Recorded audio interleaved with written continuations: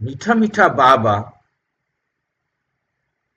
कहते, मीठे बच्चे अभी तुम सत्य बाप द्वारा सत्य देवता बन रहे हो, इसलिए सतयुग में सत्संग करने की जरूरत नहीं।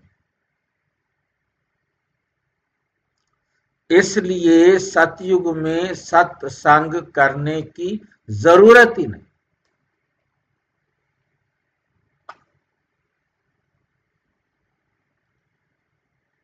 सत्संग क्या होता है?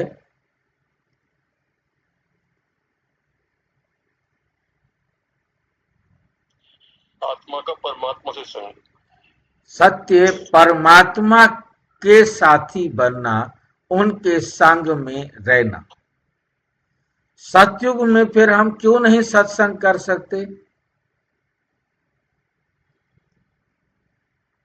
हमें अनुभूति, जब जान मान लेते हैं, अनुभूति हो जाती है कि हम आत्मा है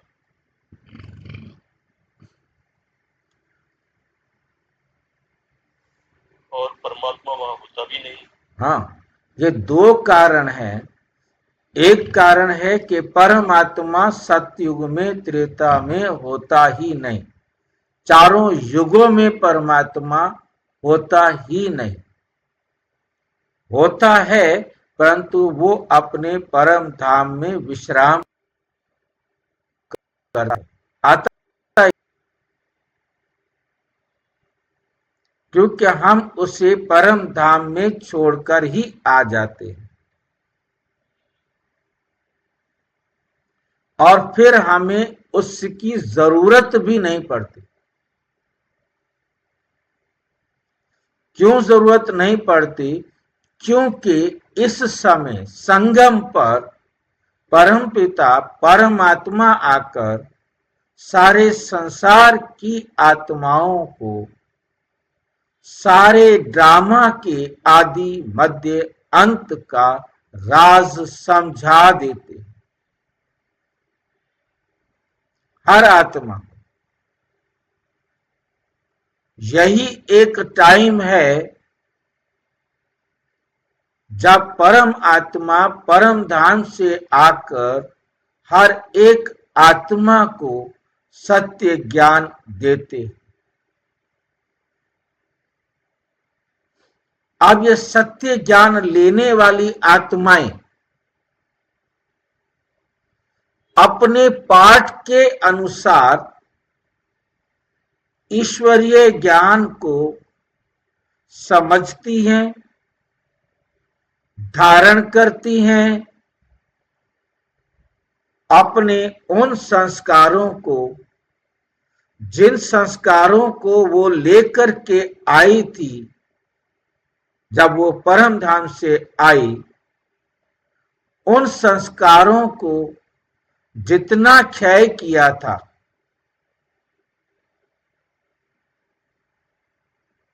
चाहे वो 100 वाली थी तो 100 से 0 पर आई थी, 80 से 0 पर आई थी, 60 से 0 पर आई थी, 40 से 0 पर आई थी, 10 से 0 पर आई थी, वापिस अपने उस अवस्था को दोबारा रीगेन करती है, प्राप्त करती है परमात्मा के डायरेक्शन पर चलने से। जो कुछ यहां आकर खोया था उसको फिर से प्राप्त करती और अपनी उसी मूल रूप अवस्था को प्राप्त करती है और फिर सारे संसार की आत्माएं अपने घर जाती।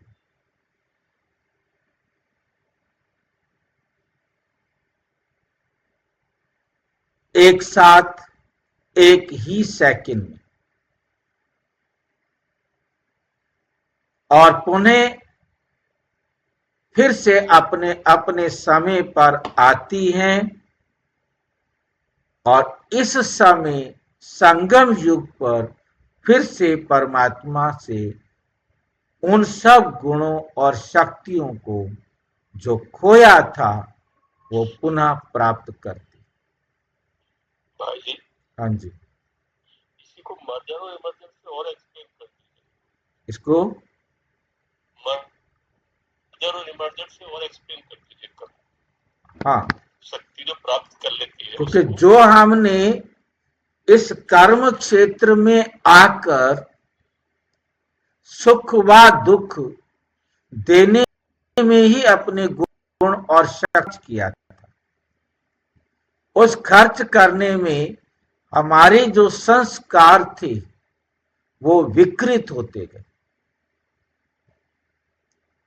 और जैसे जैसे ये संस्कार हमारे विकृत होते गए, जो गुण व शक्तियां खोती गई वो दोबारा पुनः प्राप्त करती। इस बात को हम इस रीति से भी समझ सकते हैं कि ड्रामा में इस समय जब परमपिता परमात्मा आकर सारे संसार की आत्माओं को ज्ञान देते हैं, ऊपर उठने का रास्ता दिखाते हैं, अपनी चरम अवस्था को प्राप्त करने की विधि सिखाते हैं, उसके लिए ये भी राज हमें समझना है कि हर आत्मा में पूरे 5000 साल की +- 0 सेकंड की रिकॉर्डिंग है। उस रिकॉर्डिंग में हमारे संस्कारों का ये नहीं है कि वो हट जाते हैं, मिट जाते हैं, चले जाते हैं, नष्ट हो जाते हैं, नहीं। जैसे जैसे हमने अपने संस्कारों को टाइम के अनुसार जिस संस्कार की आवश्यकता है वो संस्कार पाठ के अनुसार हर आत्मा में इमर्ज हो जाता है, और जैसे वो पाठ खत्म हुआ वो मर्ज हो जाता है। अब वो जो संस्कार मर्ज हो गया है वो फिर उसी समय आकर इमर्ज होगा। इसी प्रकार हमारे संस्कारों में जो डिग्रेडेशन आता है, धीरे धीरे जो उसमें हम कमी महसूस करते हैं उनको पुनः प्राप्त करना और उन संस्कारों को पुनः उस अवस्था के लायक बनाना, ये कल्प के अंत में हर कल्प में परमात्मा आकर करते। ये जो खेल है वो है हमारे संस्कारों के मर्ज और इमर्ज का, और ये एक्यूरेट होता है, ये एक्यूरेट होता है। एक्यूरेट हर एक आत्मा पार्ट बजाती है और परमात्मा भी एक्यूरेट टाइम पर आकर एक्यूरेट नॉलेज देकर पुनः एक्यूरेट बनाकर सारी आत्माएं एक साथ परमात्मा के साथ घर जाती। सत्संग केवल और केवल परमात्मा का हमें इसी संगम पर मिलता है। ये भी हर आत्मा के पाठ के अनुसार, किसी को पूरे 99 साल का मिलता है, संगम युग 100 साल का है, परंतु उसमें से 99 साल का संग ज्यादा से ज्यादा कोई आत्मा ले सकती है अपने आप को पूरा भरपूर करने के लिए, और कोई आत्मा कम से कम 1 साल के लिए भी आकर परमात्मा से अपने आप को संपूर्ण बनाने में, अपनी पूर्ण अवस्था को प्राप्त करने में जिस अवस्था से वो आई है वो 1 साल का भी साथ का अनुभव कर सकती। हर आत्मा को अपने पाठ के अनुसार परमात्मा से ज्ञान लेकर जीरो से अपनी चरम अवस्था को प्राप्त करना। इस सत्संग का लाभ हर आत्मा को मिलता है, डायरेक्ट और इनडायरेक्ट। डायरेक्ट भी मिल सकता है और इनडायरेक्ट भी। डायरेक्ट जिनको मिलता है वो आत्माएं स्वर्ग अर्थात सतयुग से त्रेता के अंत तक आती, और जिनको इनडायरेक्ट मिलता है वो द्वापुर से आती है। ये लाइन तो बहुत खतरनाक बोली भाई जी आप। खतरनाक है जो चीज बाबा ने दी है। सतयुग और त्रेता में आने वाली आत्माएं भी पूर्णतया हम ये कहें, क्योंकि जैसा नंबरवार अपने पाठ के अनुसार परमात्मा के संग का लाभ उठाती है, चाहे वो डायरेक्ट पढ़ती हैं। डायरेक्ट पढ़ने का मतलब है कि वो ब्रह्मा कुमारी संस्था के संपर्क में आएंगे, और जो द्वापुर कलयुग में आने वाली आत्माएं हैं वो परमात्मा ब्रह्मा कुमारी के डायरेक्ट संपर्क में नहीं आएंगे। वो अपने अपने धर्म पिताओं के संपर्क में आएंगे, उनके धर्म पिता ब्रह्मा कुमारी के संपर्क में आएंगे। और सतयुग त्रेता का बाइफर्केशन कैसे होगा? सतयुग त्रेता के अंदर जो बाइफिकेशन होना है वो होना है कि वो सुनेंगे तो परमात्मा की डायरेक्ट मुरली, परंतु ब्रांचेस वहां भी बनती है। मत एक नहीं रहता, केवल मत एक तभी होता है जब सतयुग होता है।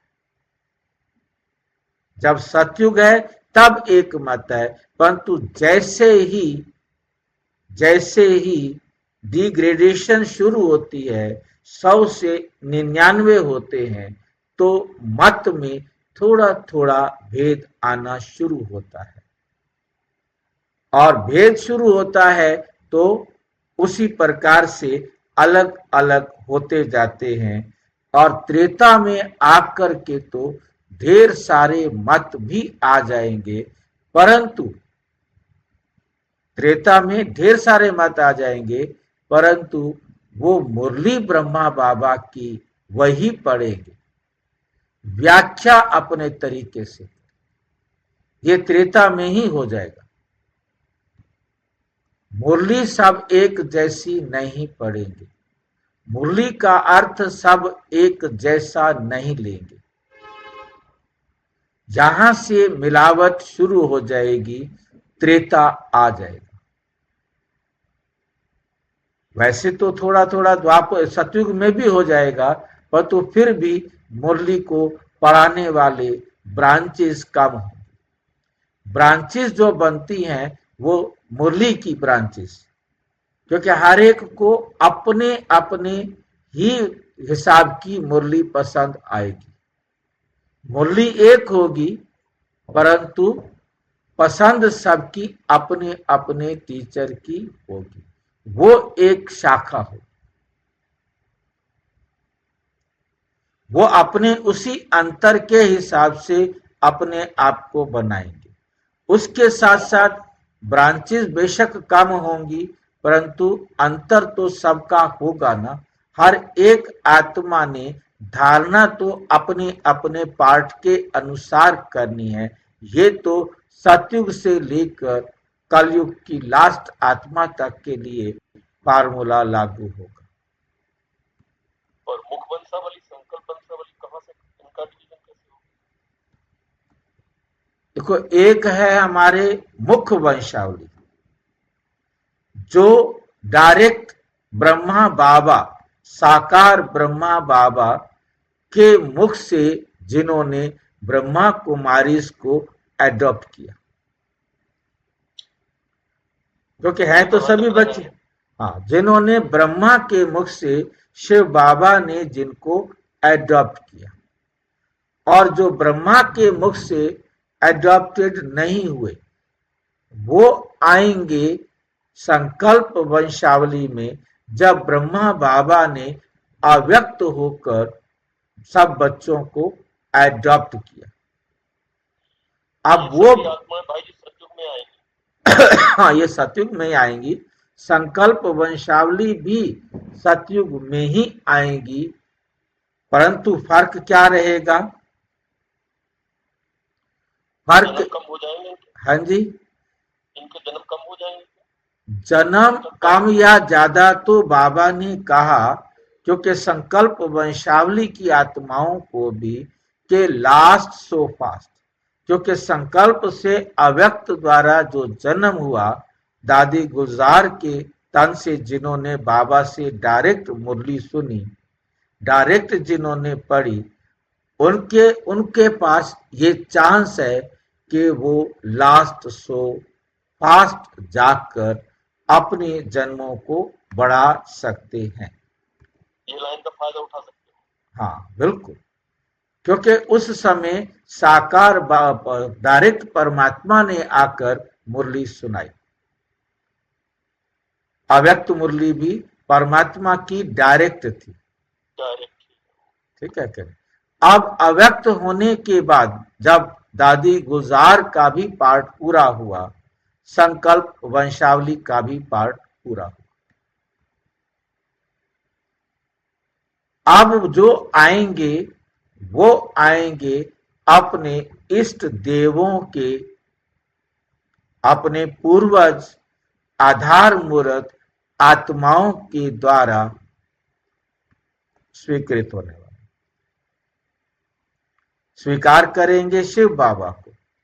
परंतु अब वो ब्रह्मा की संकल्प वंशावली नहीं रहेंगे, अब वो रहेंगे अपने इष्ट देव, जो भी उनके मुरली सुनाने के, कोर्स कराने के निमित्त उनको बनेंगे, और वो बाबा को एक्सेप्ट करेंगे। इनके पास भी सतयुग में आएंगे, परंतु इनके पास क्या रहेगा कि ये जितना भी पुरुषार्थ है करेंगे, परंतु ये मतलब हर एक को चांस तो हर एक को है कि पुरुषार्थ ना कर सके, सभी करेंगे।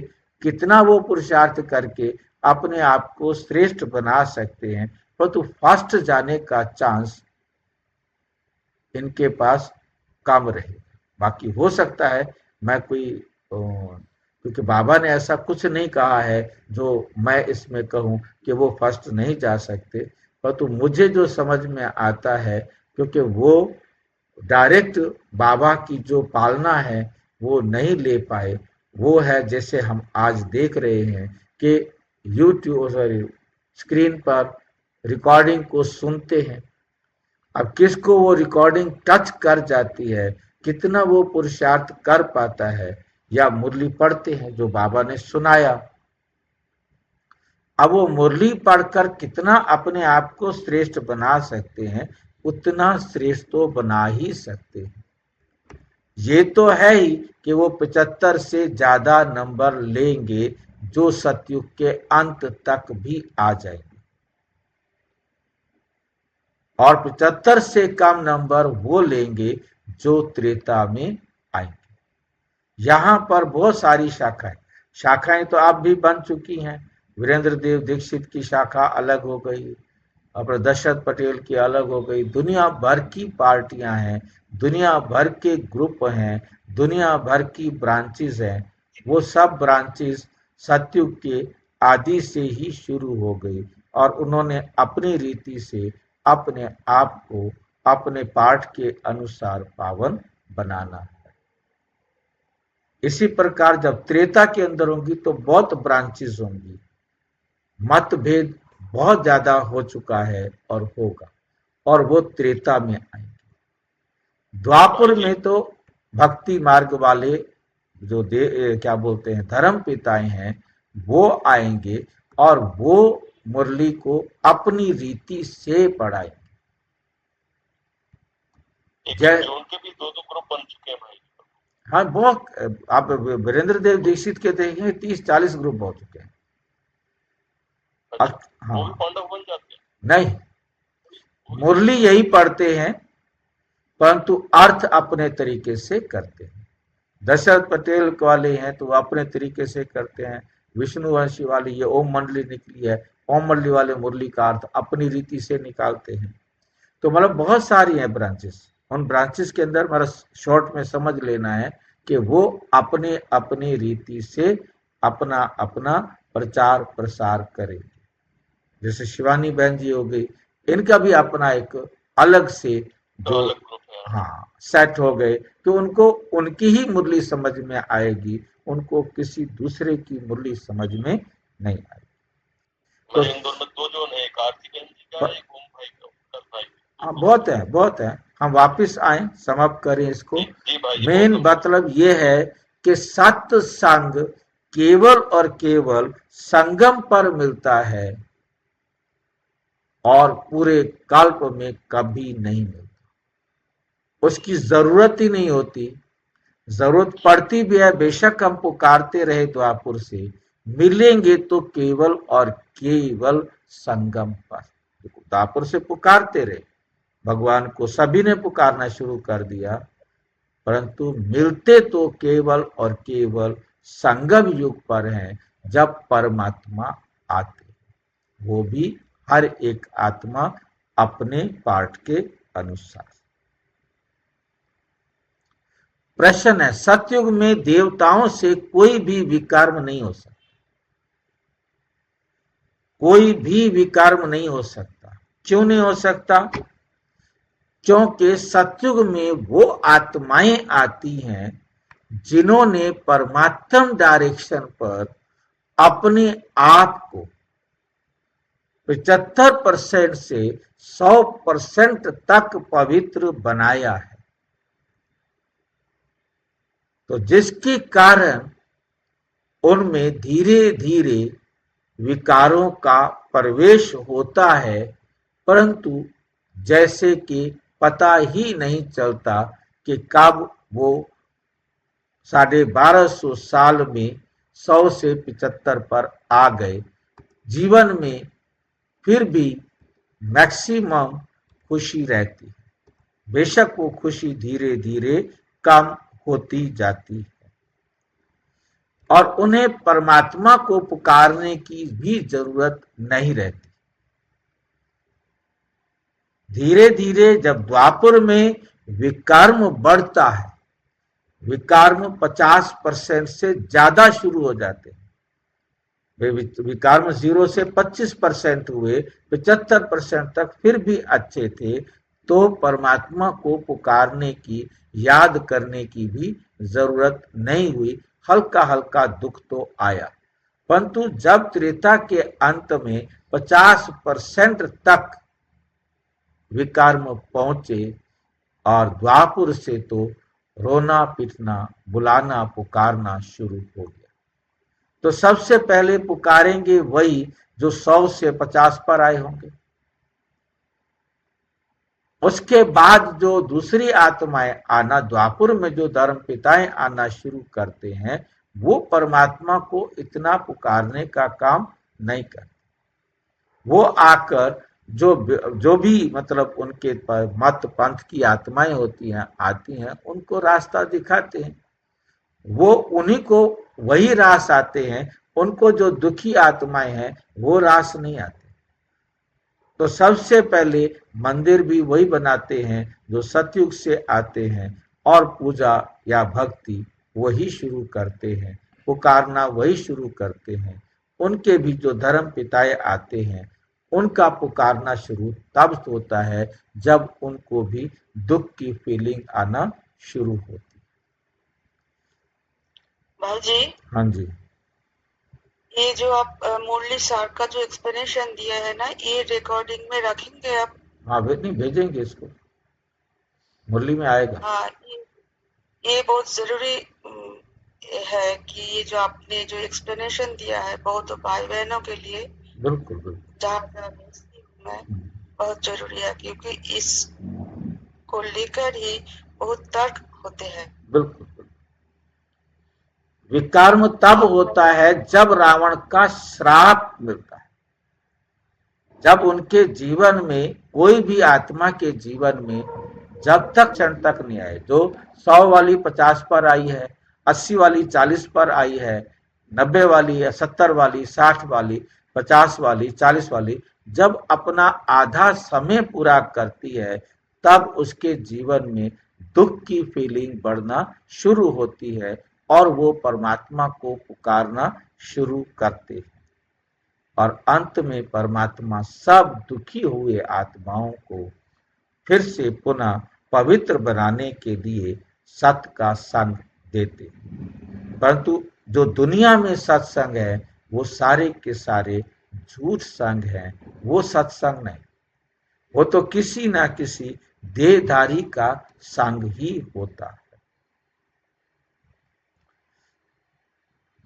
सतयुग में कोई विकार ही नहीं, शुरू में तो विकर्म नहीं होते। इसी प्रकार जो भी आते हैं उनके पास शुरू में पवित्रता अपने लेवल की होने के कारण उनके लिए वही उनका सतो प्रधान समय होता है। अपनी सतो प्रधान, क्योंकि हर एक जब भी आती है उसका अपना अपना सतो प्रधान लेवल अलग है, वहीं से वो कर्म करना शुरू करती है और फिर धीरे धीरे जब आधा समय उसका बीतता है लगभग, उसके जीवन में दुख शुरू होते हैं, तो वो भगवान को पुकारना शुरू करती है। जो जितना देर से आती है वो परमात्मा को पुकारती भी उतना देर से है। परमात्मा से मिलने की इच्छा भी उसमें उतना देर से आती है।